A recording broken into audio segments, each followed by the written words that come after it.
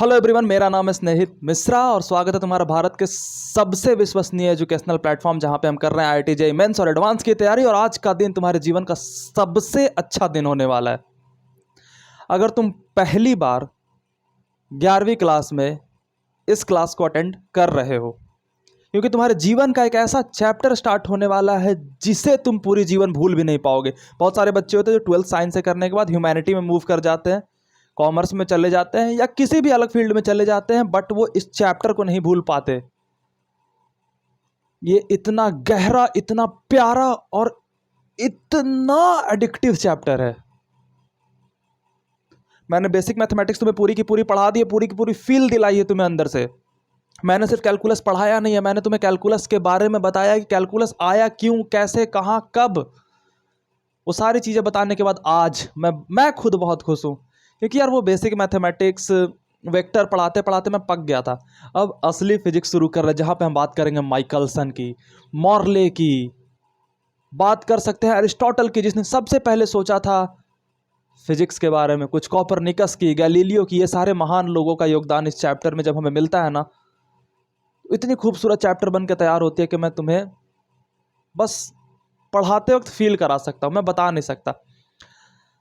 ये चैप्टर लंबा चलेगा, 20 से 25 लेक्चर लगेंगे, और मैं एक दावे के साथ मैं कह सकता हूँ कि इस चैप्टर के लास्ट लेक्चर में मेरे आंखों में आंसू आ जाएंगे जब ये खत्म होगा। तो आज यात्रा एक शुरू हो रही है। आज एक ऐसे चैप्टर की यात्रा शुरू हो रही है जिसने मुझे फिजिक्स में लाया। ये चैप्टर नहीं होता ना तो मुझे फिजिक्स की लत नहीं लग पाती। इस चैप्टर को पढ़ने से पहले मैं तुम्हें एक वार्निंग देना चाहता हूँ कि ये चैप्टर तुम्हें हो सकता है इंजीनियरिंग से एक साइंस रिसर्चर बनाने की तरफ मोड़ दे। तो तुम अपने मन में फोकस क्लियर रखना कि मुझे इंजीनियर ही बनना, आईआईटी के लिए पढ़ रहा हूँ। साइंस रिसर्चर तक तुम्हें बना सकते हैं चैप्टर, इतनी एडिक्टिव है। तुम कहोगे यार इंजीनियरिंग में छोड़ो यार, फिजिक्स में ही मजा है। ठीक है, तो शुरू करते हैं अपने इस चैप्टर को। ज़्यादा बातें नहीं, डायरेक्ट चैप्टर पे कूदते हैं ताकि तुम्हें फील हो जाए कि हाँ भाई चैप्टर तो था। चैप्टर के जो मैं यहाँ हेडिंग लिखूंगा वो तुम्हारे बुक में कहीं नहीं दिखेगा। वो एक पूरे का पूरा कन्फाइंड हो करके तुम्हारे बुक्स में अलग अलग बांटा गया है चैप्टर उसके। ठीक है, इस टॉपिक का नाम है मेरे बच्चे मैकेनिक्स। मैंने ये 2 सिल्वर प्ले बटन्स लगा दिए हैं। इसके 2 रीजंस हैं। एक तो रीज़न ये है कि ये ऑडियंस के लिए एडिक्टिव होती है। ठीक है, तो इसको देख करके भले ही ये गलत चीज़ लग रही है कि तुम अट्रैक्ट करने के लिए स्मार्ट साहब आपने लगाया है, बिल्कुल अट्रैक्ट करने के लिए ही लगाया है। इसे देखकर बहुत सारे बच्चे अंदर आते हैं, फिर अंदर मैं उन्हें पढ़ा देता हूँ, मैं इसकी बात ही नहीं करता। तो ये लगा दिया। वैसे भी जगह कम थी तो मैंने सोचा यहीं पे लगा दो, काम ही आ जाए। वैसे मेरा इनसे कोई मोह वो है नहीं। मैं तो तोड़ने जा रहा था, मेरे एक दोस्त ने कहा कि रख लो, मैंने बोला ठीक है रख लेते। टॉपिक का नाम है मेरे बच्चे मैकेनिक्स। नाम सुना होगा, आईआईटी जेईई की जो तैयारी करते हैं उनके लिए ये नाम बहुत सुना सुना लगना चाहिए, है ना। और जो 11th 12th से पढ़ रहे हैं उनके लिए मोशन इसी के अंदर आता है, जो आपने मोशन पढ़ा है। ठीक है, मैकेनिक्स को ना हम 2 पार्ट्स में पढ़ते हैं। एक पार्ट को बोलते हैं मेरे बच्चे काइनेमैटिक्स, और दूसरे पार्ट को बोलते हैं डायनेमिक्स। ठीक है, पहला पार्ट काइनेमैटिक्स, दूसरा पार्ट डायनेमिक्स। सर तो काइनेमैटिक्स एंड डायनेमिक्स में फ़र्क क्या है? मेरे बच्चे सबसे पहले तो मोशन या मैकेनिक्स में पढ़ते क्या है? Mechanics is the study of motion. Motion की पढ़ाई को मैकेनिक्स कहते हैं। ठीक है, तो हाँ बिल्कुल मार्ट साहब समझ गया। लेकिन मोशन को ही आपने उसकी पढ़ाई को 2 भागों में बांट दिया, तो इन दोनों में फ़र्क क्या है? बच्चे काइनेमैटिक्स में सिर्फ हम इफेक्ट ऑफ मोशन पढ़ते हैं। सिर्फ क्या पढ़ते हैं? Effect of motion. जबकि डायनामिक्स में क्या पढ़ते हैं? इफेक्ट ऑफ मोशन तो पढ़ते ही हैं, लेकिन उसके साथ साथ वो मोशन हुआ क्यों, उसके कारण को भी जानने की कोशिश करते हैं, यानी काउज को जानने की कोशिश करते हैं। तो काइनेमैटिक्स में हम क्या पढ़ते हैं बच्चे? काइनेमैटिक्स में हम सिर्फ पढ़ते हैं, ये के को थोड़ा छोटा कर देता हूँ यार। काइनेमैटिक्स में हम सिर्फ पढ़ते हैं क्या? Effect of motion.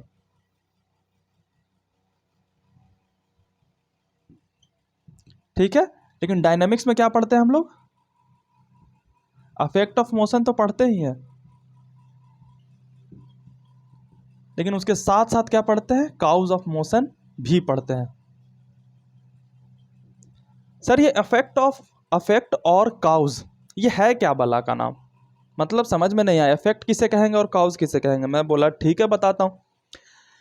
जैसे ये मेरे प्यारे बच्चे एक रोड था, ठीक है, इस पे एक मोहन जी का कार चल रहा था, अम्बेसडर कार पुराने ज़माने वाला। ये भी एक मोहन जी का कार चल रहा है, मतलब एक ही कार है। इसकी जो शुरुआत की स्पीड थी वो थी u मान लेते हैं, ठीक है, और इन्होंने एक्सेलरेटर दबाया और इसकी जो बाद में स्पीड हो गई वो v हो गई, यानी थोड़ा तेज हो गया, ठीक है। तो ये गाड़ी चल रही थी, यानी ये गाड़ी जो थी वो क्या थी, मोशन में थी, ठीक है। और मोशन में होते हैं इसका जो शुरुआत का स्पीड था और बाद का स्पीड है, इन दोनों में अंतर आ गया, यानी कि इनके स्पीड में चेंज आ गए, ठीक है। तो मोशन की वजह से इसमें चेंज आ गया, तो इसका जो चेंज इन स्पीड क्या है, चेंज इन स्पीड क्या है बच्चे, अफेक्ट ऑफ मोशन है ये। तो जहां भी चेंज इन स्पीड की बात करनी होगी, मैं एक एग्जांपल दे रहा हूं कि अफेक्ट ऑफ मोशन किसे कहते हैं। चेंज इन स्पीड की बात होगी तो हम उसे काइनेमैटिक्स में पढ़ेंगे, क्योंकि इसी में हम अफेक्ट ऑफ मोशन पढ़ते हैं। लेकिन जब बात डायनामिक्स की आएगी बच्चे, तो इसमें क्या करेंगे, इसमें मान लो यही एक रोड है, ठीक है, इसमें एक कार ही जा रही थी, मैं कार को डायरेक्टली रेक्टेंगुलर बनाता हूँ, ये कार जा रही थी, इसका शुरू का स्पीड था u, अब इसका बाद का स्पीड है v, ठीक है। ये तो नॉर्मली इसी चीज़ की बात हो गई। हाँ, मैंने कहा कि ये u से v क्यों हुआ, क्योंकि मैंने इसे पीछे f फोर्स लगा के धक्का दिया, क्योंकि मैंने इसे f फोर्स लगा के धक्का दिया। ये u से चल रहा था, मैंने f से धक्का दिया तो ये v से स्पीड हो गया। यानी कि ये जो u से v हुआ ये चेंज इन वेलोसिटी है, सॉरी चेंज इन स्पीड है, वेलोसिटी तो मैंने अभी नाम भी नहीं लिया, चेंज इन स्पीड है। चेंज इन स्पीड क्या है, इफेक्ट ऑफ मोशन। लेकिन ये चेंज इन स्पीड क्यों आया, इस फोर्स की वजह से आया। तो ये इफेक्ट का जो काउज है वो क्या हो गया, फोर्स, तो दिस इज काउज। तो जब हम डायनामिक्स में जाएंगे पढ़ने, तो डायनामिक्स में हमें फोर्सेस के बारे में भी पढ़ना होगा, लेकिन इस चैप्टर में तुम्हें कहीं भी फोर्स देखने को नहीं मिलेगा। आपके एनसीईआरटी की किताब में भी ये दोनों चीज़ें दी हुई है, बस इस नाम से नहीं दी हुई, जो मैं अब नाम लिखूंगा उस नाम से दी हुई है, काइनेमैटिक्स और डायनामिक्स। अब काइनेमैटिक्स के अंदर तुम्हारे कौन कौन से चैप्टर आते हैं, काइनेमैटिक्स के अंदर पहला चैप्टर आता है मेरा बच्चा मोशन इन 1D। 1D का मतलब 1 डायमेंशन, यानी कि लीनियर मोशन, ठीक है। एंड इसमें दूसरा जो चैप्टर आता है वो होता है मोशन इन 2D, जिसे हम कहते हैं प्रोजेक्टाइल मोशन, ठीक है। 2D में रिलेटिव वेलोसिटी का भी कॉन्सेप्ट आ जाता है, बट वो इसी चैप्टर में आ जाता है, मोशन इन 2D में, ठीक है। डायनामिक्स में कौन कौन से चैप्टर आते हैं, डायनामिक्स में आपका आता है न्यूटन्स लॉज ऑफ मोशन, है ना चैप्टर, हाँ व्हाट्सअप। दूसरा आ जाता है आपका वर्क पावर एनर्जी, है ना चैप्टर, हाँ व्हाट्सअप। तीसरा आ जाता है आपका रोटेशनल मोशन, है ना चैप्टर, हाँ व्हाट्सअप। चौथा आ जाता है आपका सेंटर ऑफ मास, है ना चैप्टर, हाँ व्हाट्सअप। और यहाँ पर हम अपना मैकेनिक्स खत्म कर देंगे और इसके बाद हमारा चालू होगा वेव्स का सेक्शन।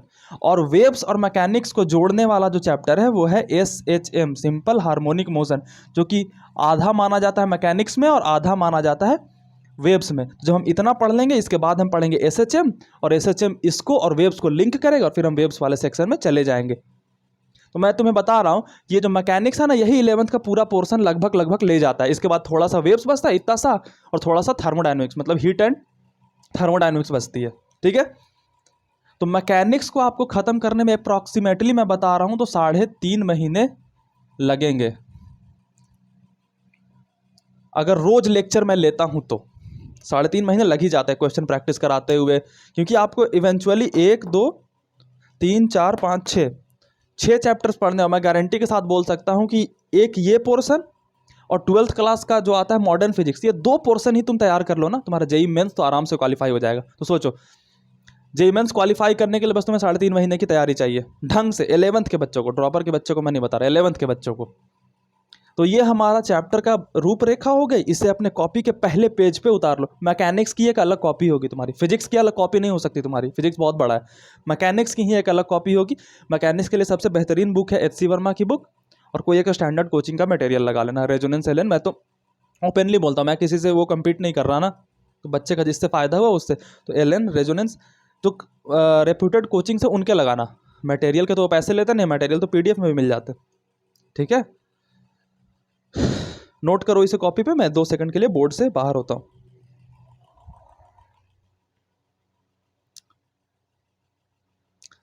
चलो, आई होप तुमने नोट कर लिया होगा। मैं इसे क्लीन करता हूँ, फिर आते हैं ढंग से टॉपिक पे। इसके पहले खिलाड़ियों को मैं उतारना चालू करूँगा। जिंदगी एक सफर है सुहाना, यहाँ कल क्या हो किसने जाना। मैंने जाना, क्योंकि मैं पढ़ रहा हूँ मैकेनिक्स, और मैकेनिक्स पूरा का पूरा खेल है अगले सेकंड को प्रिडिक्ट करने का। ये 10 किलोमीटर पर सेकंड से चल रहा है, तो 1 घंटे बाद कहाँ पहुँचा होगा, इस बात को पता लगाने के जादू का नाम है मैकेनिक्स। तो कल क्या हो उसने जाना जिसने मैकेनिक्स पढ़ा है। बात करते हैं अब अपने मैकेनिक्स के अंदर के एक चैप्टर काइनेमेटिक्स की। तो हेडिंग देते हैं काइनेमेटिक्स। मैंने रेड मार्कर भी उठा लिया, चलो इसका भी यूज कर ही लेंगे। दोनों को एक ही हाथ में लेते हैं, थोड़ा लिखने का स्टाइल बदलता हूँ, ठीक है।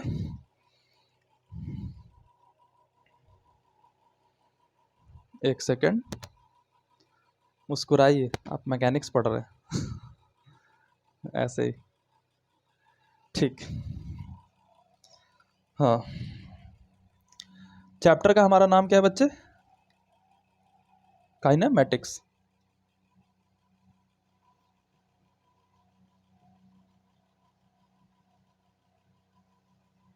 काइनेमेटिक्स आपने हेडिंग दे दिया। इसमें जो हमारा सबसे पहला खिलाड़ी है, बात करने का जो मुद्दा है, उसका नाम है रेस्ट एंड मोशन।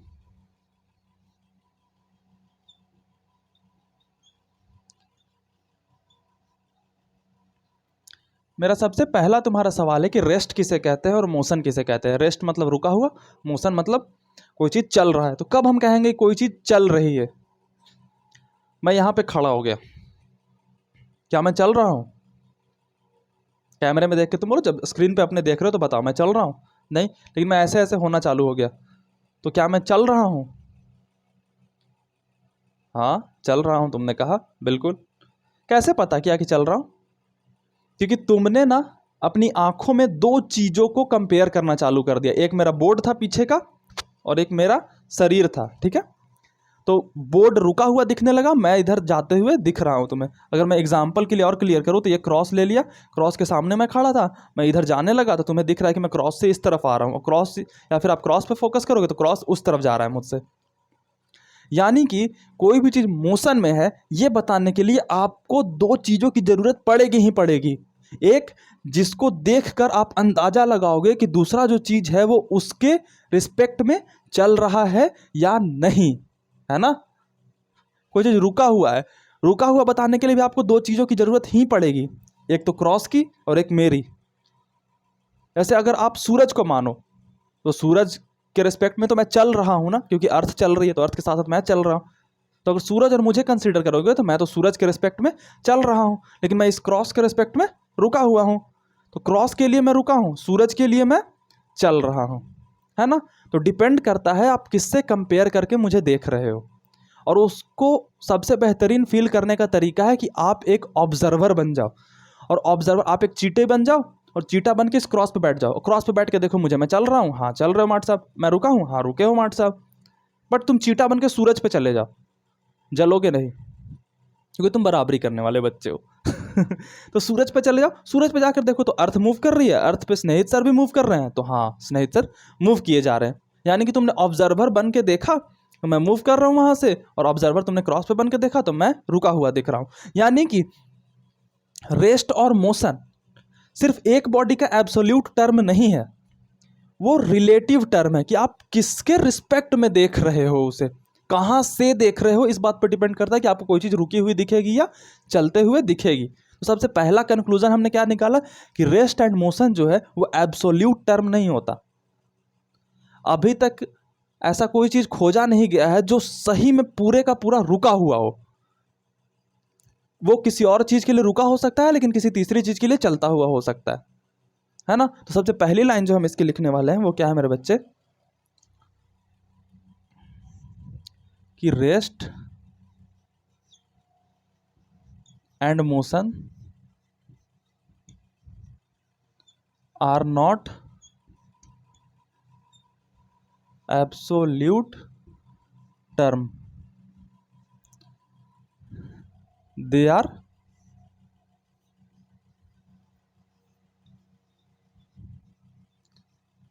रिलेटिव। ठीक है, यानी कि वो रिलेटिव होते हैं।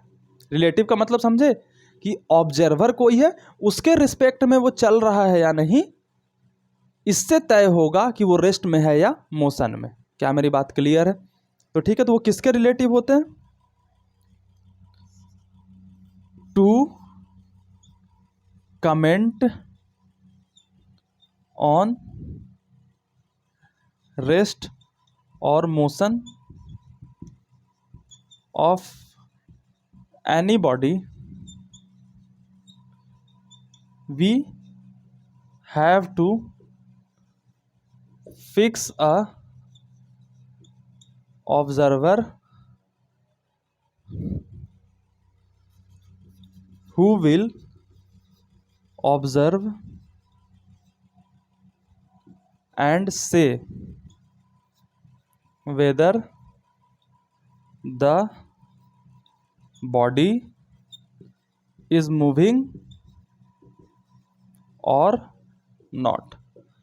किसी भी ऑब्जेक्ट के बारे में यह बताने के लिए कि वह रेस्ट में है या मोशन में है, सबसे पहले हमें एक ऑब्जर्वर डिसाइड करना होगा, और उस ऑब्जर्वर को हमें कहीं पर रखना होगा और उस ऑब्जर्वर से पूछना होगा, बता ये चीज़ चल रही है या नहीं चल रही। तो कोई भी चीज़ चल रही है या नहीं चल रही, वो उस ऑब्जेक्ट की प्रॉपर्टी नहीं है, वो प्रॉपर्टी है ऑब्जर्वर की, कि ऑब्जर्वर क्या देख रहा है उसे। ठीक है, एक उदाहरण से मैं क्लियर करना चाहूँगा तुम्हें, एग्जांपल ले लो। एक ये ट्रेन है,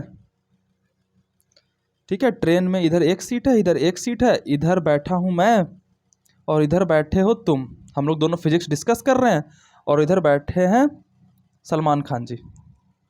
ठीक है, ये प्लेटफॉर्म है, यहाँ बैठे हैं सलमान खान जी, और ये ट्रेन जो है सो बहुत तेज़ी से चल रही है, चलती है ना ट्रेन। अब मैं और तुम एक दूसरे से बातें कर रहे हैं कंफर्टेबली, मेरे लिए तुम रुके हुए हो, तुम्हारे लिए मैं रुका हुआ हूँ, तो हम दोनों एक दूसरे के लिए किस पोजीशन में? रेस्ट पोजीशन में। लेकिन इस सलमान खान के लिए ये ट्रेन आगे जा रही है, ट्रेन के साथ तुम भी जा रहे हो आगे, मैं भी जा रहा हूँ आगे, तो इस सलमान खान के लिए ये क्या चीज़ है? मोशन में। तो तुमसे पूछे कि स्नेहित सर जो है वो रेस्ट में है या मोशन में, तो तुम कहो कि ये तो सामने बैठे हुए हैं, रुके हुए हैं यार, ऐसे कैसे पागलों की जैसे बोल रहे हो। लेकिन यही सलमान खान से पूछा जाए कि स्नेहित सर रेस्ट में है मोशन में, तो बोलेंगे ट्रेन से चले जा रहे आगे। तो क्या कमेंट करे, ये रेस्ट में है या मोशन में? स्नेहित मिश्रा, नहीं, ये ना रेस्ट में है ना मोशन में है, ये सवाल ही गलत है। पूछो किसके लिए, किसके लिए ये रेस्ट में है या मोशन में? सलमान खान के लिए ये मोशन में है, तुम्हारे लिए ये रेस्ट में है। तो क्या ये एब्सोल्यूट रेस्ट या एब्सोल्यूट मोशन में है? नहीं, ये रिलेटिव रेस्ट है इसके और रिलेटिव मोशन में है इसके। इसीलिए मैंने ये टर्म कहा कि रेस्ट और मोशन एब्सोल्यूट नहीं होता। एब्सोल्यूट मतलब कोई भी चीज़ बिल्कुल रेस्ट में नहीं है और कोई भी चीज़ बिल्कुल मोशन में नहीं है। ये दोनों क्या है? ये रिलेटिव है, यानी कि दे आर रिलेटिव टर्म्स।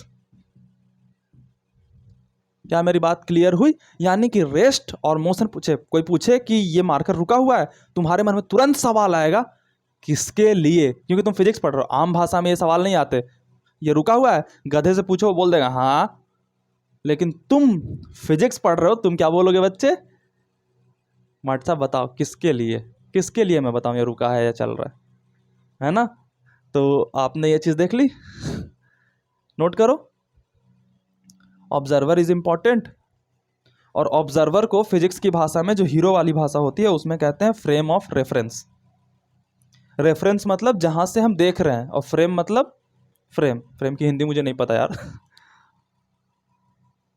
ऑब्जर्वर, मैं इसका टेक्निकल डेफिनेशन में बताऊंगा जब फ्रेम ऑफ रेफरेंस टॉपिक ही लूंगा, बट अभी मोटे मोटे समझ लो। Observer is also known as frame of reference. क्या मेरे बच्चे इतनी बात क्लियर हुई? ऑब्जर्वर को ही हम क्या कहते हैं? फ्रेम ऑफ रेफरेंस कहते हैं। ठीक है, अब इसका थोड़ा टेक्निकल फिजिक्स में जाते हैं रेस्ट एंड मोशन के, क्योंकि ये तो कॉन्सेप्ट हो गया फील दिलाने वाला ना, लेकिन हमें फिजिक्स जाननी है तो थोड़ा सा मैथमेटिक्स घुसाना ही पड़ेगा, डरना नहीं, मैथमेटिक्स प्यारी सी चीज़ है यार। देखो ये वाला ही एग्जाम्पल मैं यहाँ एग्जैक्टली चेप दे रहा हूँ, बस इसमें से ट्रेन और प्लेटफॉर्म मैं गायब कर दूंगा। यहाँ पे बैठे हैं स्नेहित सर, ठीक है, स्नेहित मिश्रा, और यहाँ पे बैठे हो तुम, यानी कि आपको मैं नाम दे दिया, तुम ही नाम दे दिया, और यहाँ पे बैठा है सलमान खान, ठीक, गॉट इट। अब देखो तुम्हें मैंने ओरिजिन नाम दे दिया 00, ठीक है, गॉट इट, और तुमसे मैंने एक्सिस बना दिए, ये एक्सिस हो गया, ये एक्सिस हो गया, और ये एक्सिस हो गया, ठीक है। इसके अकॉर्डिंग मैं पीछे हूं तो मेरा कुछ कोऑर्डिनेट होगा, मान लो कि सपोज -1 -1, ठीक। अब मान लो ये रुका हुआ है, ठीक है, ये इंसान रुका हुआ है, यानी ये ओरिजिन रुका हुआ है, और मैं यहाँ से यहाँ आ गया, तो मेरा जो ये कोऑर्डिनेट है ये कुछ चेंज करेगा, हाँ मार्ट साहब करेगा। लेकिन अगर हम दोनों एक ही वेलोसिटी से जा रहे हैं तो मैं अगर यहाँ पहुँचूंगा तो ये भी जो चल के है वो यहाँ पहुँच जाएगा। मैं यहाँ से चल करके यहाँ पहुँचा तो ये जो ओरिजिन है ये खिसक के यहाँ पहुँच जाएगा, तो मेरा अभी भी जो कोऑर्डिनेट है वो -1 -1 ही रह जाएगा, अगर हम लोग दोनों चल रहे हैं तो, ठीक है। लेकिन अगर सलमान खान को हम ओरिजिन मानते हैं बच्चे, तो यहाँ से अगर हम कोऑर्डिनेट बनाते हैं तो यहाँ के लिए जो मेरी कोऑर्डिनेट है वो मान लो कि -3 -7 है, ठीक है। तो मैं यहाँ से अगर यहाँ गया तो ये जो मेरी कोऑर्डिनेट है इसके लिए अगर ये रुका हुआ है तो इसके लिए जो कोऑर्डिनेट है मेरी वो हो जाएगी 1 3, सपोज मान लिया, तो मेरा कोऑर्डिनेट चेंज हुआ या नहीं हुआ।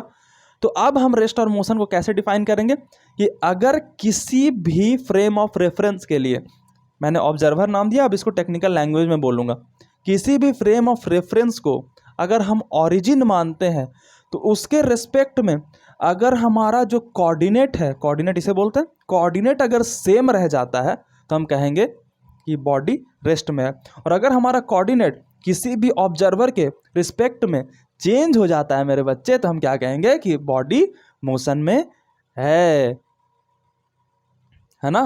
क्या मेरी बात क्लियर हुई? फिर से मैं समझाता हूँ, किसी भी ऑब्जर्वर के लिए अगर मेरा कोऑर्डिनेट सेम रहता है तो मैं रेस्ट में हूँ, किसी भी ऑब्जर्वर के लिए अगर मेरा कोऑर्डिनेट चेंज हो जाता है तो मैं मोशन में हूँ। क्या मेरे बच्चे मेरी बात क्लियर हुई? इतनी चीज़ें दिमाग में बैठी, चलो यहीं पे अपने दिमाग को रोक दो। अब मैं तुम्हें थोड़ा सा कंफ्यूज करता हूँ आगे की बात बता के। मैंने क्या कहा कि ये सलमान खान स्टेशन पे खड़ा है और ये जो है इसको देखने में रेस्ट लग रहा है, ठीक है ना, लेकिन ये भी तो किसी के रिस्पेक्ट में चल रहा है ना, तो मैंने कैसे कह दिया कि ये रेस्ट में है। इसको रेस्ट और मोशन डिफाइन करने के लिए भी हमें कोई तीसरा फ्रेम ऑफ रेफरेंस चाहिए होगा, जहां से देख के पहले मैं ये कहूंगा कि ये रेस्ट में है, तब इसके अकॉर्डिंग ये रेस्ट में होगा या ये मोशन में होगा। और अगर मैं तीसरा फ्रेम ऑफ रेफरेंस को रेस्ट और मोशन बताना चाहता हूं तो मुझे चौथा फ्रेम ऑफ रेफरेंस चाहिए होगा ये बताने के लिए कि तीसरा फ्रेम ऑफ रेफरेंस रेस्ट और मोशन में है या नहीं। जैसे मैंने कैसे कह दिया बहुत आसानी के साथ कि ये चल रहा है, जैसे मैंने कहा कि जो मैं था वो चल के यहाँ पहुँचा तो ये भी चल के आगे पहुँच गया। तो जब मैंने फ्रेम ऑफ रेफरेंस को कहा कैसे कि चल रहा है, फ्रेम ऑफ रेफरेंस को भी चलाने के लिए मेरे मन में सवाल होना चाहिए। क्या सवाल होना चाहिए कि किसके लिए चल रहा है, तो इसको ये बताने के लिए कि ये मोशन में है मुझे कोई और तीसरा फ्रेम ऑफ रेफरेंस चाहिए होगा ना, तब तो वहाँ से देख के मैं बताऊँगा कि ये फ्रेम ऑफ रेफरेंस चल रहा है ना। तो इसी को कंटिन्यू करते करते अनंत फ्रेम ऑफ रेफरेंसेस चाहिए होगा। तीसरा कुछ चल रहा है या रुका हुआ है ये बताने के लिए चौथा चाहिए होगा, चौथा चल रहा है रुका हुआ है ये बताने के लिए पांचवा चाहिए होगा। तो माइकलसन और मॉर्ले नाम का एक साइंटिस्ट था जिसने ये ढूंढने की कोशिश की थी कि आखिरी फ्रेम ऑफ रेफरेंस कौन है जो एब्सोल्यूट रेस्ट पर है और एब्सोल्यूट मोशन में है। हाइगर नाम का एक वैज्ञानिक आया था, उसने कहा था कि इस यूनिवर्स में ना ईथर नाम का एक मीडियम है जो फैला हुआ है, जो हर जगह मौजूद है और वही एब्सोल्यूट रेस्ट पर है।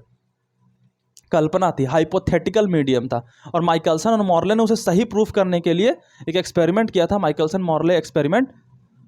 वो फेल हुआ था और उसी के फेल होते ही एल्बर्ट आइंस्टीन का स्पेशल थ्योरी ऑफ रिलेटिविटी जन्म हुआ था। तो ये पहला लेक्चर ही ना फिजिक्स के बहुत बड़े स्पेस को कवर करता है। तुम्हारे लिए बहुत आसान सी बात होगी, ये सिर्फ फील लाने वाली बात है। तुम्हारे एग्जाम में भले ही सवाल ना है, लेकिन फिजिक्स की आत्मा बसती है इस एक बोर्ड के पिक्चर में। तुम अब दिमाग खोल लो, जो मैंने दिमाग बंद करने और दिमाग खुलवाने के बीच में बोला उसे भूल जाओ। तुम तो इसे रेस्ट ही मानोगे, इसे जो दिख रहा है वही मानोगे। तुम एक फ्रेम ऑफ रेफरेंस से ज़्यादा नहीं जाओगे। तुम्हें जो पहला फ्रेम ऑफ रेफरेंस है ना, उसका डिटेल दिया हुआ होगा कि ये रेस्ट में है या मोशन में है। ठीक है, नोट करोगे? चलो नोट करो। माइकलसन एंड मॉर्ले की आत्मा बसती है इस छोटी सी चीज़ में।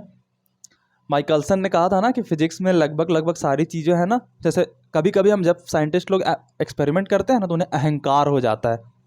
तो माइकलसन एंड मॉर्ले नाम का जो इंसान, माइकलसन मॉर्ले अलग अलग थे। माइकलसन ने जब एक्सपेरिमेंट किया और उसका एक्सपेरिमेंट फेल हुआ ना, एब्सोल्यूट रेस्ट चीज़ को ढूंढने का, जिसे हमने ईथर कहा था, हाइपोथेटिकल मीडियम, तो उसने कहा कि फिजिक्स में सारी चीज़ें ढूंढ ली गई है, इसमें कुछ भी अब ढूंढने को बचा नहीं है, अब बस ऐसा ही छोटी मोटी चीज़ें ऐड होती रहेंगी। और उसी के एक्सपेरिमेंट के गलत होते अल्बर्ट आइंस्टीन ने स्पेशल थ्योरी ऑफ रिलेटिविटी दिया, 15 साल बाद जनरल थ्योरी ऑफ रिलेटिविटी दिया, क्वांटम फिजिक्स की स्टार्ट हुई और पूरा का पूरा फिजिक्स का वास्ट स्पेस खुल गया। कभी अहंकार नहीं करना चाहिए कि मेरे आने के बाद दुनिया खत्म हो जाएगी। जैसे मैक्सिमम बच्चों को लगता है स्कूल से जाने के बाद कि हम ही लास्ट अच्छे बैच थे, हमारे बाद तो इस स्कूल का कचड़ा होना है। चलो, तो ये जो दो एग्जाम्पल्स मैंने दिखाया ना कि एक फ्रेम ऑफ रेफरेंस के लिए अगर मेरा कोऑर्डिनेट सेम रह रहा है तो मैं रेस्ट पे, और एक फ्रेम ऑफ रेफरेंस के अगर मेरा कोऑर्डिनेट चेंज हो जा रहा है तो मैं मोशन में, इसको technical definition of rest and motion कहते हैं।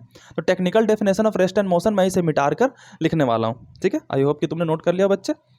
मिटाता हूँ इसे।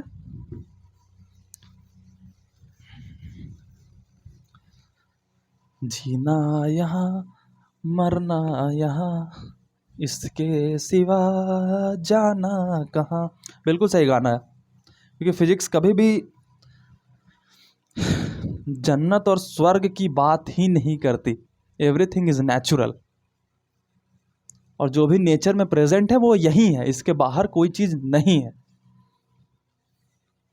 Technical definition of rest and motion की बात करते हैं। आ जाओ, क्या मेरे बच्चे रेडी हैं? हाँ, व्हाट्सअप रेडी है।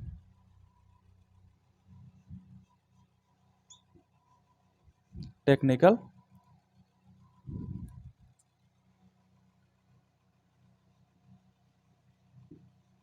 Definition of rest and motion.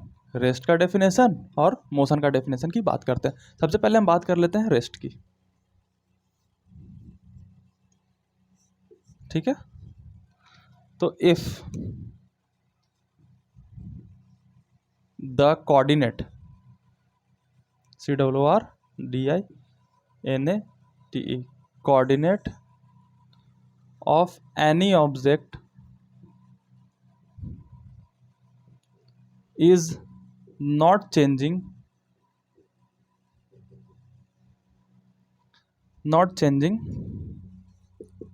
with respect to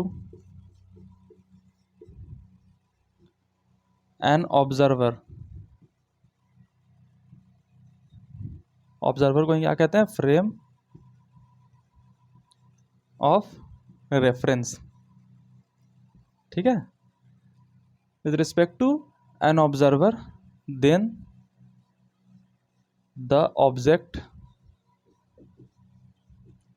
is said to be at rest।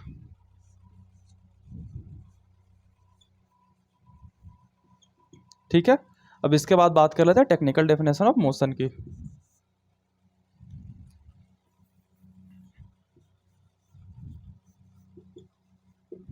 Motion किसे कहेंगे? रेस्ट के डेफिनेशन में ना एक डायग्राम भी बना लेना। फॉर एग्जाम्पल, ये एक फ्रेम ऑफ रेफरेंस था जिसमें इसको हमने ओरिजिन नाम दिया।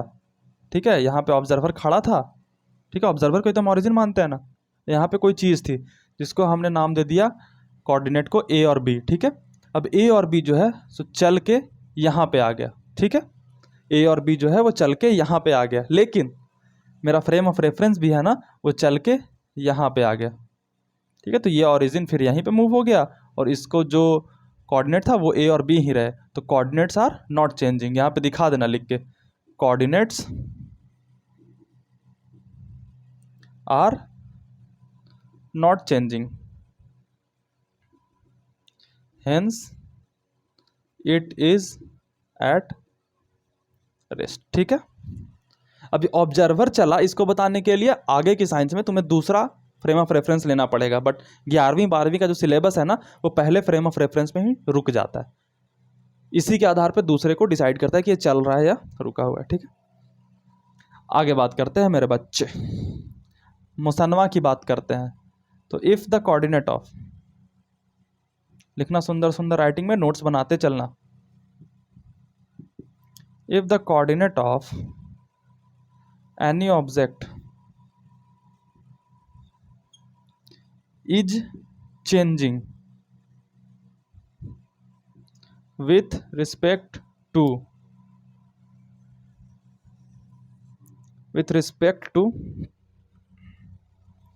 an observer, that is frame of reference।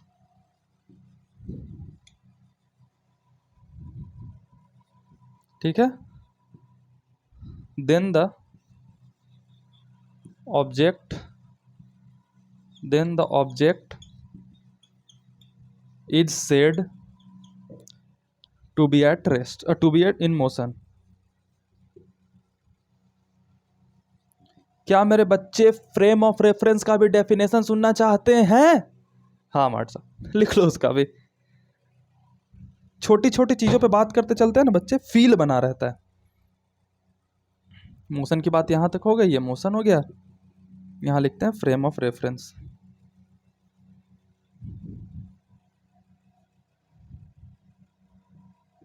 ठीक है, point from which we observe the motion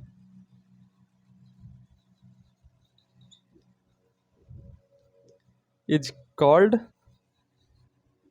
frame of reference, यानी कि FOR। नोट करोगे इतना? चलो, हमने रेस्ट ऑन मोशन की बात बहुत गहराई से कर ली।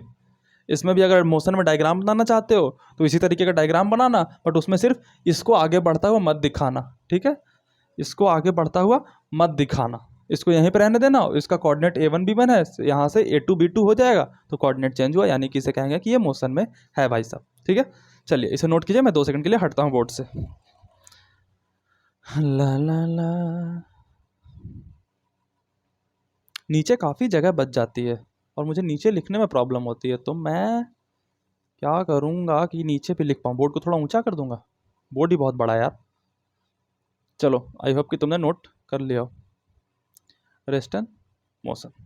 ठीक है, चलिए अब अगली खिलाड़ियों को उतारते हैं, जो कि जहाँ से तुम्हारे एग्जाम्स में सवाल आने स्टार्ट हो जाएंगे। मैं पहला ही टॉपिक लूँगा अभी इसी पहले लेक्चर में और दिखाऊंगा कि प्रीवियस ईयर क्वेश्चन में सवाल आ चुका है। चलो,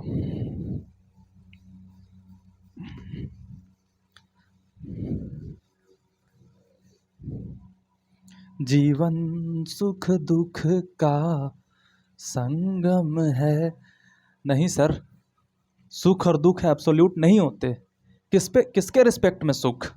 आपके पास 4 करोड़ रुपए हैं, 5 करोड़ रुपए वालों से आप गरीब हो और 10 रुपए वाले से आप अमीर हो, तो अमीर और गरीब रिस्पेक्टिव है, they are not absolute term. तो सुख और दुख रिस्पेक्टिव है, रिलेटिव है। किसके रिस्पेक्ट में आप बात कर रहे हो कि आप दुखी हो? आप मेरे रिस्पेक्ट में? तब तो बहुत ज़्यादा दुखी हो, क्योंकि मैं बहुत ज़्यादा खुश हूँ क्योंकि मुझे तुम्हें पढ़ाने का मौका मिला। इसके पहले खिलाड़ी की बात करते हैं, जिसका नाम है distance and displacement.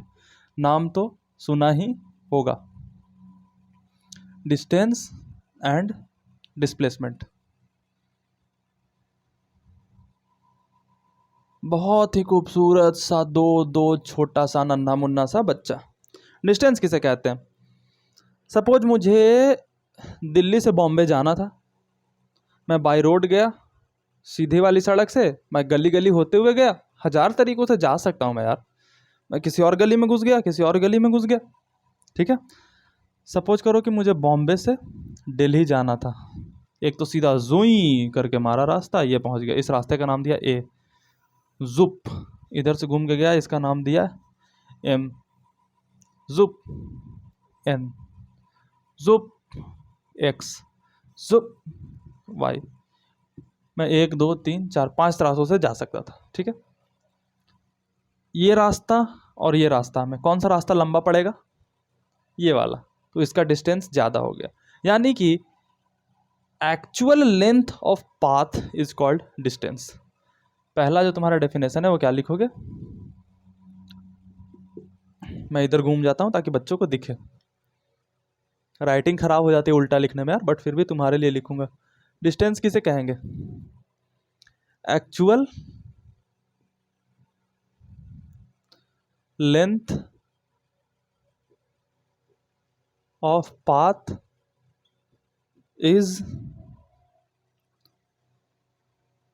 Called distance, ठीक है। एक्चुअल लेंथ अगर इसका 4 किलोमीटर है तो इसके बी से डी तक की डिस्टेंस 4 किलोमीटर हुई। यहाँ से 1 किलोमीटर है तो ये डिस्टेंस 1 किलोमीटर हुई, ठीक है। डिस्टेंस की यूनिट क्या होती है? SI unit. एसआई यूनिट, ये लेंथ है तो लेंथ की यूनिट होगी मीटर, ठीक है। ये कौन सा क्वांटिटी है? स्केलर है या वेक्टर है? This is scalar quantity,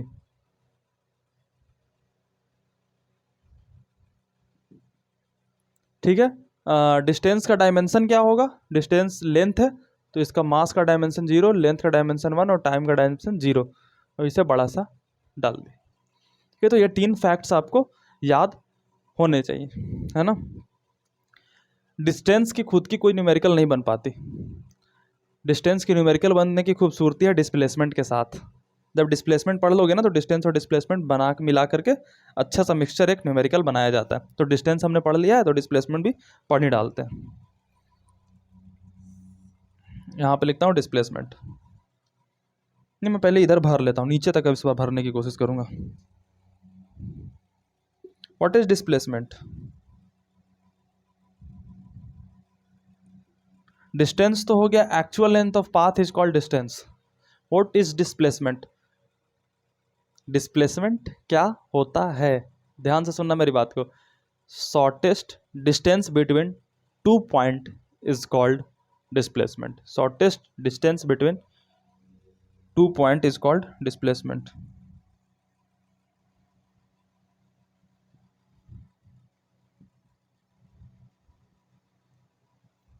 between 2 points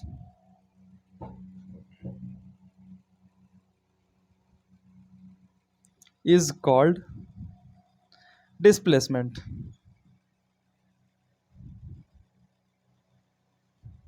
जैसे बी से डी तक जाने का बहुत सारे रास्ते से, लेकिन जो ए रास्ता है ये सबसे छोटा है क्योंकि सबसे सीधा है, तो ये क्या हो गया? डिस्प्लेसमेंट। ये डिस्टेंस ही है लेकिन ये सबसे छोटा है, खास तरीके का डिस्टेंस है, जिसको हमने डिस्प्लेसमेंट नाम दिया। इसका और कोई तरीका हो सकता है डिस्प्लेसमेंट बनाने का? इससे भी छोटा कोई रास्ता हो सकता है? नहीं ना, तो बिल्कुल यही है। तो ये जो डिस्प्लेसमेंट होता है खास डायरेक्शन में होता है। सपोज हम इस डायरेक्शन को ईस्ट मान ले तो डिस्प्लेसमेंट हमेशा ईस्ट डायरेक्शन में ही है, कोई नॉर्थ डायरेक्शन का डिस्प्लेसमेंट नहीं हो सकता इस 2 पॉइंट का, ठीक है। तो ये डिस्प्लेसमेंट का एक खास डायरेक्शन भी होगा, है ना। जबकि डिस्टेंस का कोई फिक्स डायरेक्शन नहीं होता। डिस्टेंस तो इधर से भी आकर के अगर आप ऐसे जाते हो तो ये भी डिस्टेंस कहलाएगी। आपको बॉम्बे से दिल्ली जाना है तो आप बॉम्बे से चेन्नई गए, चेन्नई से फ्लाइट पकड़ के दिल्ली गए, तो वो भी डिस्टेंस होगी, लेकिन वो डिस्प्लेसमेंट नहीं होगी क्योंकि वो शॉर्टेस्ट डिस्टेंस नहीं था। शॉर्टेस्ट डिस्टेंस एक खास होगा, इसका एक खास डायरेक्शन होगा। तो अगर जब खास डायरेक्शन हो जाता है तो हम डिस्प्लेसमेंट को फिर कहने लगते हैं कि ये तो वेक्टर क्वांटिटी है भैया। तो displacement is a vector quantity.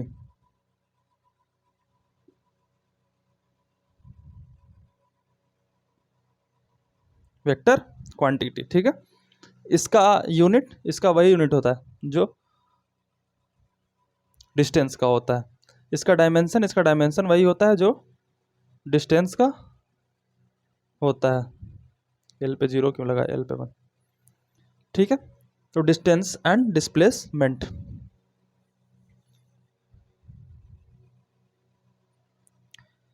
एक सवाल है मेरा तुमसे कि क्या कभी ऐसा हो सकता है कि डिस्टेंस और डिस्प्लेसमेंट सेम हो जाए? पहले तो मैं तुमसे एक सवाल करा लेता हूँ जो कि जेई मेंस में आया हुआ है, वो 17 में शायद पूछा था।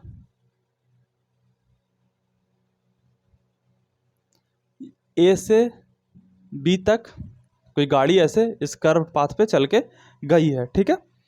तो आप ए से बी तक गई तो इसका आप डिस्टेंस बताओ और डिस्प्लेसमेंट बताओ, और डिस्टेंस अपॉन डिस्प्लेसमेंट यानी कि डिस्टेंस और डिस्प्लेसमेंट का रेशियो बताओ, ठीक है। एक सवाल, दो सवाल, तीन सवाल, ट्राई करना। रेशियो वाला बहुत पूछा जाता है।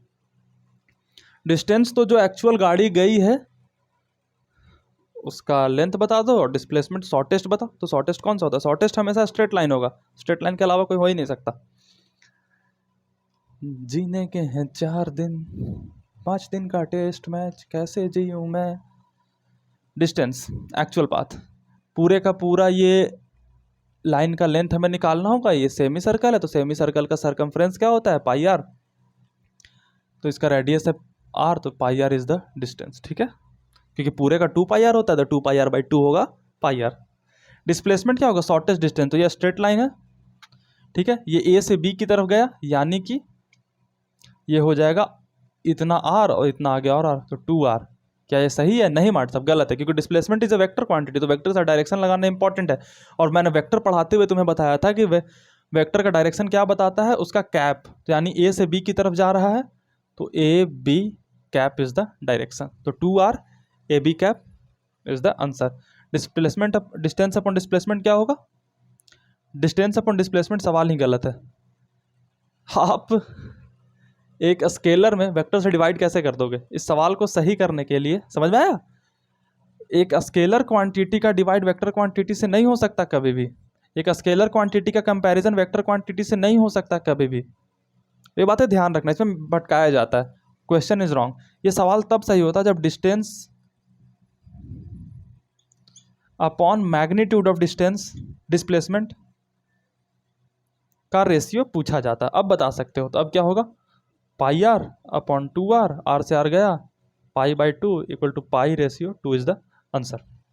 ये पाई बाई 2 एंगल वाला नहीं है 90 डिग्री, तो वो समझ मत जाना, बेसिक मैथमेटिक्स ताज़ा ताज़ा पढ़े हो तो चलो, ये सवाल हमने कर लिया, ठीक है।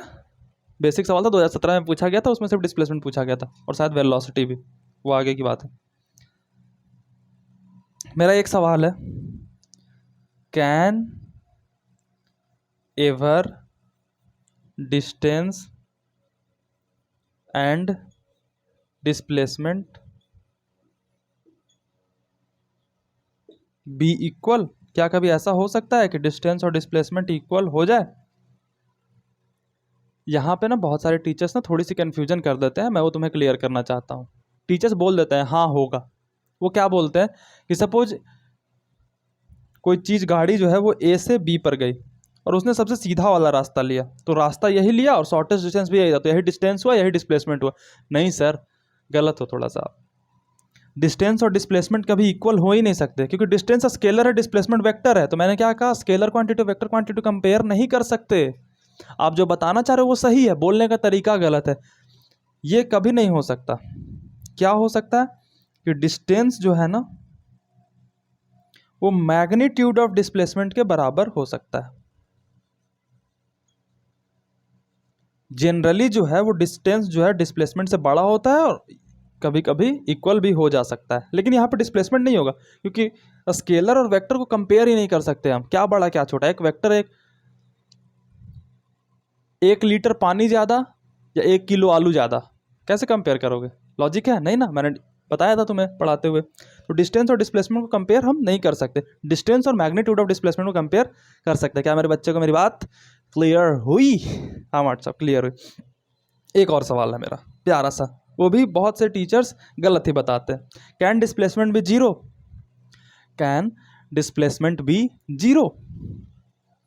ये नोट है, ये नोट डाल लेना अपने कॉपी में। डिस्टेंस इक्वल टू, ये बात का ध्यान रखना, जे एडवांस पर गलत कराया जाता है इस पे सवाल।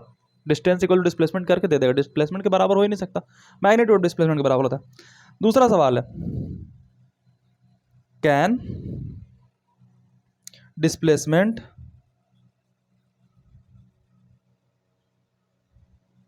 B zero?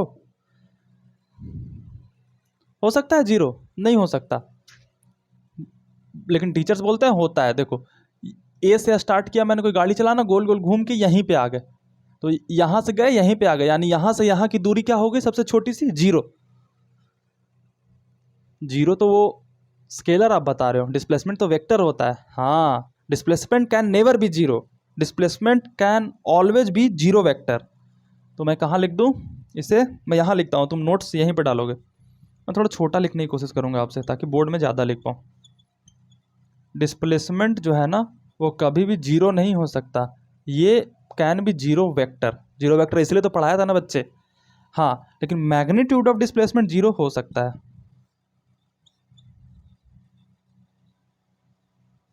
Can be zero, obvious सी बात है, होगा। ठीक है, मैग्नीट्यूड स्केलर क्वांटिटी हो जाती है तो स्केलर होगा। ठीक है, तो मैं इतना मिटाऊं, नोट करोगे? नोट करो। डिस्टेंस और डिस्प्लेसमेंट का खिलाड़ी हमने देख लिया। अब इस पर थोड़े एक दो न्यूमेरिकल्स मजे से करते हैं यार, है ना।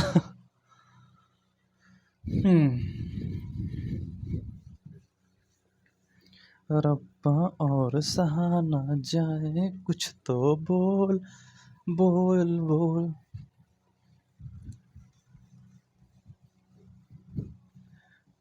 मजे आ रहे हैं ना पढ़ने में?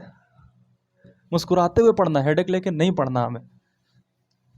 मैं तुम्हें सिर्फ फिजिक्स नहीं पढ़ाता ना, मैं तुम्हें मुस्कुराना सिखाता हूँ, और तुम्हारी स्माइल मेरे लिए कम से कम तो आईआईटी से लाख गुना ज़्यादा इंपॉर्टेंट है। तो ये कोटा वोटा में देखते हो बच्चे सुसाइड वुसाइड करते हैं, मैं गारंटी से बोल सकता हूँ मेरा पढ़ा हुआ बच्चा कभी नहीं कर सकता, असंभव है। क्योंकि हम मोबाइल के जनरेशन में आ गए हैं ना बच्चे। ये जो सारी जो बीच बीच में मैं तुम्हें समझाता हूँ, मोटिवेट करता हूँ, ये सारी काम ना हमारे घर के बड़े बुजुर्गों की हुआ करती थी, बट हमने बूढ़ों के पास बैठना छोड़ दिया।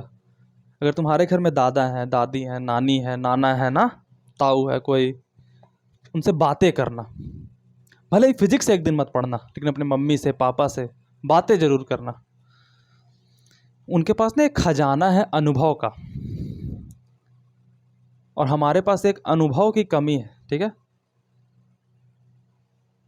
तो बातें जरूर करना, है ना। चलो ठीक है,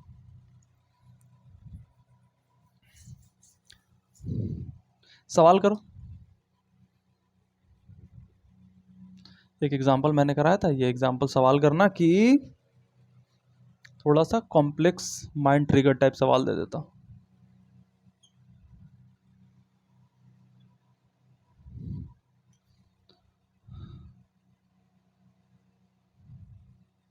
ए बी, ठीक है, सी डी ई। ए बराबर 4 मीटर, बी बराबर 6 मीटर, सी बराबर 2 मीटर, डी बराबर 1 मीटर, ई बराबर 5 metre. Find distance and displacement.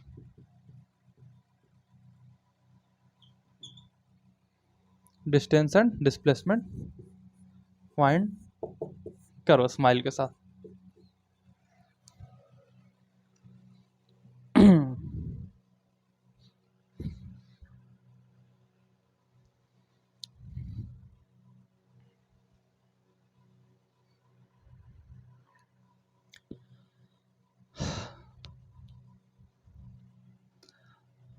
एक दिन फिजिक्स, मैंने कहा ना एक दिन फिजिक्स कम पढ़ना, लेकिन अपने मम्मी से पापा से, घर के बूढ़े, उनसे बात जरूर करना।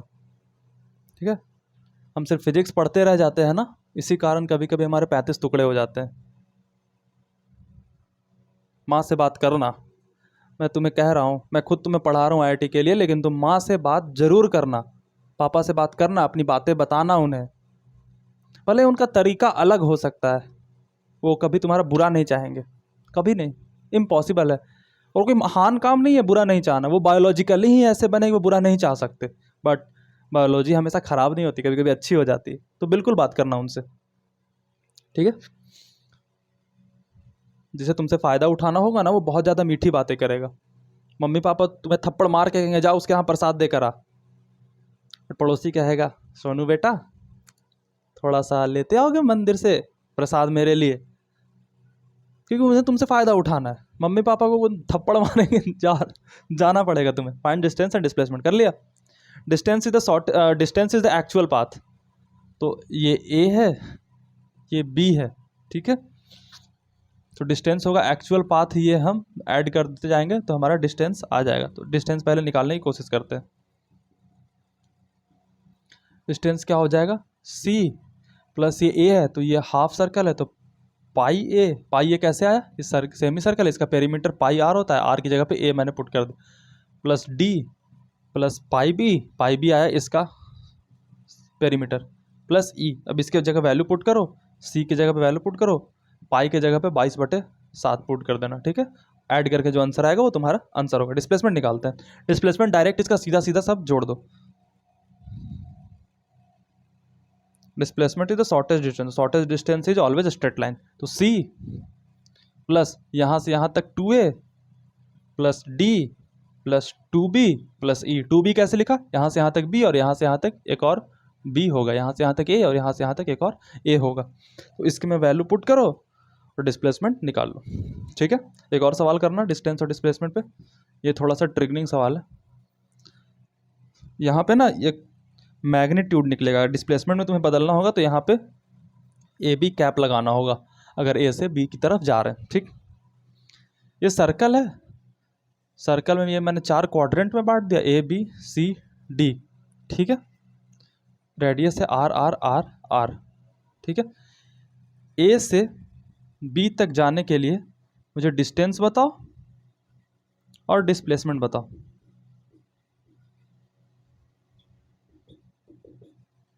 बताओ डिस्टेंस और डिस्प्लेसमेंट बताओ। डिस्टेंस क्या होगा, एक्चुअल पाथ। एक्चुअल पाथ यानी कि यहाँ से यहाँ जाने के लिए पूरा का होता है पेरीमीटर 2πr, आधा का πr और इसका πr/2, यानी कि πr/2 डिस्टेंस होगा। तो ठीक है, r की वैल्यू आ रही है तो πr/2 ये डिस्टेंस हो गया। डिस्प्लेसमेंट क्या होगा, शॉर्टेस्ट डिस्टेंस। शॉर्टेस्ट डिस्टेंस क्या होता है, ये वाला पार्ट, ठीक है, यानी कि स्ट्रेट लाइन, है ना। तो स्ट्रेट लाइन हमने कर दिया। अब इसकी वैल्यू में निकालनी है डिस्प्लेसमेंट की, तो लेंथ क्या होगा इसका, पाइथागोरस लगाएंगे तो r² प्लस r² का अंडर रूट 2r² का अंडर रूट, यानी कि √2r। क्या ये सही है, नहीं, √2r is only the magnitude. Direction क्या लिखेंगे, ए से बी की तरफ जा रहे हैं तो ए बी कैप। तो डिस्टेंस और डिस्प्लेसमेंट हमने निकालना सीख लिया। अब ए से अगर सी पर जा रहे हैं तो इसका डिस्टेंस क्या होगा, डिस्टेंस को डी से डिनोट करता हूँ, डिस्प्लेसमेंट को एस से, ठीक है। तो ये दोनों अब शॉर्ट टर्म याद रखना, मैं डी डिस्प्लेसमेंट डिस्टेंस पूरा पूरा बार बार नहीं लिखूंगा, है ना, काम चोर हूँ मैं। बताओ ए से सी पर जाने के लिए यहाँ से यहाँ गए तो डिस्टेंस क्या होगा और डिस्प्लेसमेंट क्या होगा। ठीक है, शाबाश।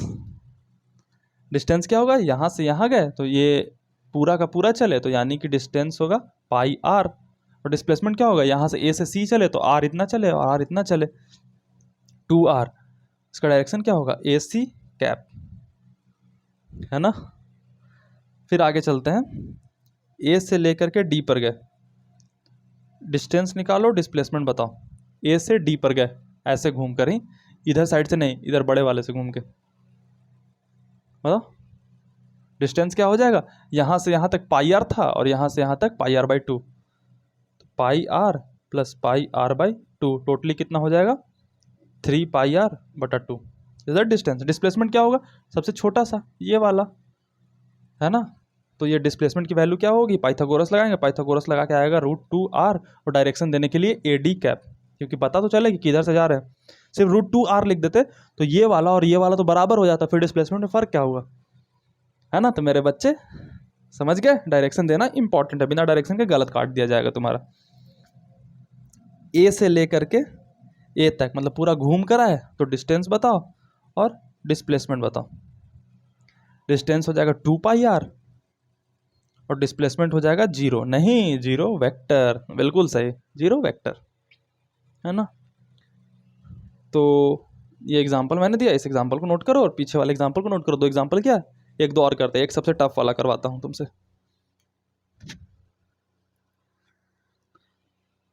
कि रब्बा और सहाना जाए कुछ तो बोल बोल बोल। चलिए आगे बढ़ते हैं। सोचो मैंने पूरा का पूरा एक लेक्चर तुम्हें स्टार्ट करने में ही लगाया है। सवाल करते हैं।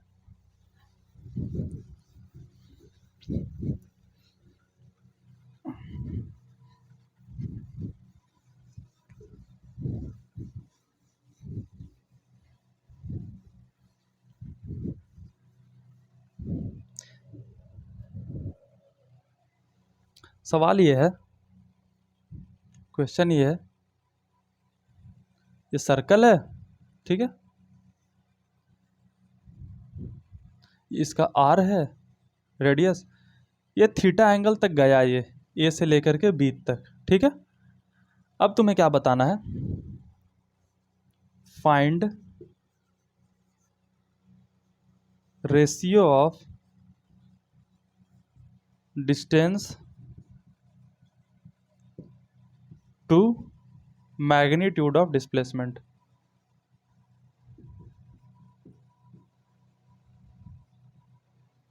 डिस्टेंस और डिस्प्लेसमेंट के रेशियो को आपको बताना है, मैग्नीट्यूड ऑफ डिस्प्लेसमेंट के रेशियो को, ठीक है। ट्राई करना।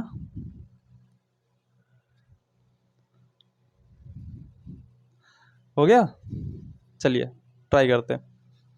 थीटा यहाँ दिया हुआ, थोड़ा सा हाई लेवल का सवाल है, उतना भी हाई नहीं है, जेईई मेंस के लेवल का ही है, जे एडवांस में इतने छोटे छोटे नहीं आते। डिस्प्लेसमेंट पहले, डिस्टेंस पहले निकालते हैं। हमें निकालना क्या है, डिस्टेंस अपॉन डिस्प्लेसमेंट। डिस्टेंस निकालना है, distance is the actual path, ठीक है। ये आर है, ये थीटा है, तो ये आर्क लेंथ क्या हो जाएगा, आर थीटा। मैंने बताया था पहले लेक्चर में बेसिक मैथमेटिक्स के, आर थीटा। हमें डिस्प्लेसमेंट निकालने की चुनौती है, ठीक है, डिस्प्लेसमेंट निकालने की चुनौती है। तो हमने क्या किया, ये यहाँ से यहाँ तक कनेक्ट करके ये ट्रायंगल बनाया, एक सेकंड इसे मैं ठीक से, ट्रायंगल बनाया, इसके बीचों बीच हमने लाइन दे दिया, ये हो गया थीटा बाई 2, ये भी हो गया थीटा बाई 2, ठीक है। इसको मैं जूम करके इधर निकालूं तो ऐसे बनेगा, इसके बीच में ऐसा लाइन दिया, ये हो गया थीटा बाई 2 और ये हो गया थीटा बाई 2, ठीक है। और इसकी वैल्यू है आर, और इसकी वैल्यू ही आर भी होगी ना, क्योंकि रेडियस ही है, तो रेडियस तो बराबर ही होगा, ठीक है। ये थीटा बाई 2 है, तो इसके अगर मैं पैरेलल इधर लाइन बनाऊँ तो ये भी हो जाएगा थीटा बाई 2।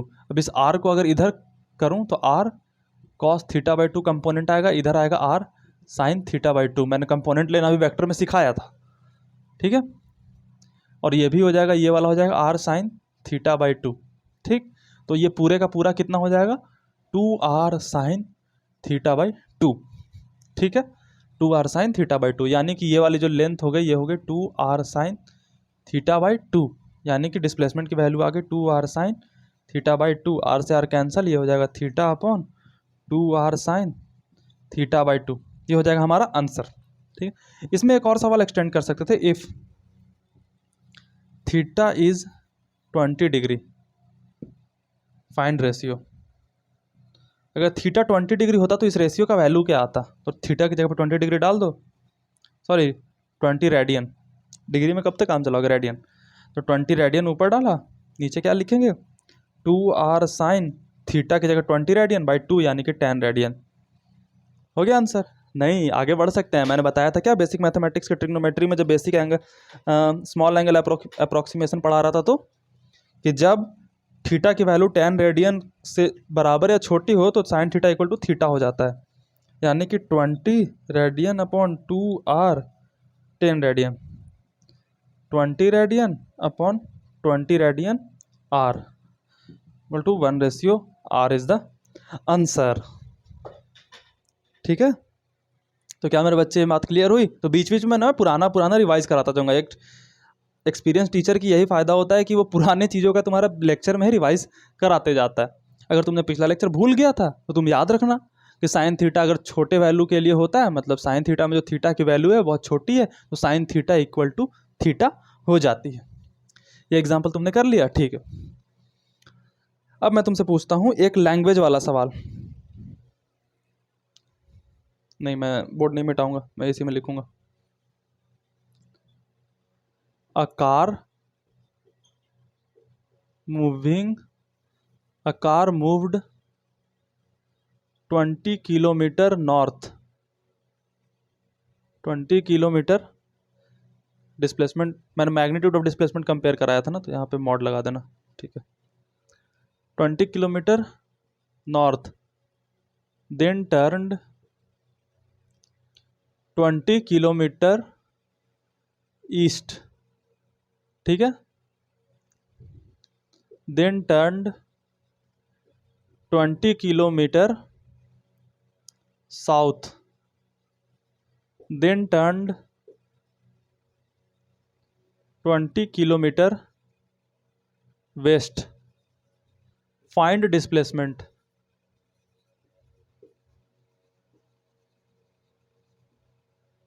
20 किलोमीटर वेस्ट नहीं करता हूँ, 10 किलोमीटर वेस्ट करता हूँ।